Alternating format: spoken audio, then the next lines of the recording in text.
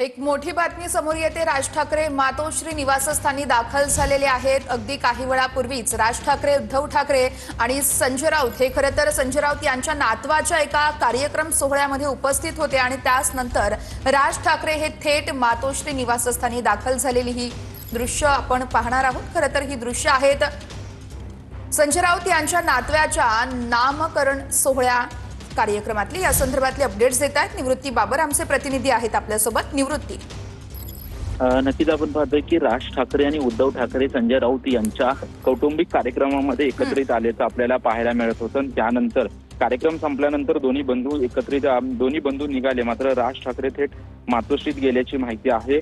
दुसऱ्यांदा खरं तर राज ठाकरे मातोश्रीवरती दाखल झाल्याचं आपल्याला पाहायला मिळतंय। जेव्हा उद्धव ठाकरेंचा वाढदिवस होता त्यावेळेस देखील राज ठाकरे स्वतः वाढदिवसाच्या शुभेच्छा देण्यासाठी उद्धव ठाकरेंना शुभेच्छा देण्यासाठी मातोश्रीवर दाखल झाले होते। त्यानंतर आज संजय राऊत यांच्या कौटुंबिक कार्यक्रमामध्ये MCA BKC या ठिकाणी त्यांनी उपस्थिती लावली होती। त्यानंतर आता पुन्हा एकदा राज ठाकरे मातोश्रीवरती सहकुटुंब गेल्याचं आपल्याला पाहायला मिळतंय।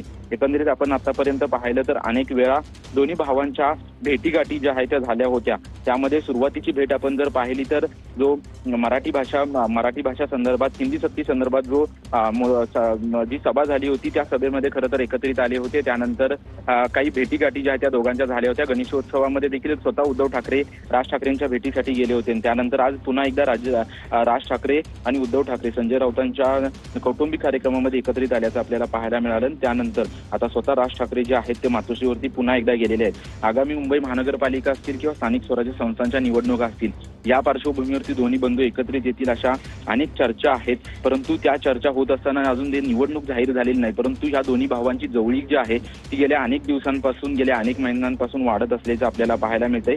विशेष करून आपण जर पाहायला गेलं तर जेव्हापासून चर्चा सुरू झाल्या हिंदी भाषा सक्तीच्या GRच्या विरोधापासून जेव्हा चर्चा सुरू झाल्या त्यानंतर आपण पाहतोय की या दोन्ही भाऊ यांची जवळीक जी आहे ती अत्यंत वाढल्याचं आपल्याला पाहायला मिळते। राज ठाकरे 2006 साली शिवसेनेतून बाहेर पडले आणि त्यानंतर दोन्ही भावांमध्ये विशेषतः ठाकरे कुटुंबामध्ये दुरावा निर्माण झाल्याचं आपल्याला पाहायला मिळत होतं। परंतु आता कौटुंबिक कार्यक्रम असतील, लग्न सोहळे असतील किंवा इतर कार्यक्रम असतील या कार्यक्रमांना दोन्ही भाऊ एकत्रित आल्याचं आपल्याला पाहायला मिळते। त्याच्यामुळे ही जी जवळीक वाढलेली आहे, कौटुंबिक कार्यक्रमांमधली जी जवळीक वाढलेली आहे ती आगामी राजकीय दृष्ट्या ही युती होते का हे देखील पाहणं महत्त्वाचं असेल। कारण की राज्यामध्ये आपण जर पाहायला गेलं तर अनेक स्थानिक स्वराज्य संस्थांच्या निवडणुका असतील, अनेक महानगरपालिकेच्या निवडणुका असतील, यामध्ये दोन्ही भावांनी एकत्रित यावं असा एकंदरीत सर्व शिवसैनिकांचा असेल, मनसैनिकांचा असेल सूर जो आहे तो असलेला आपल्याला पाहायला मिळत होता।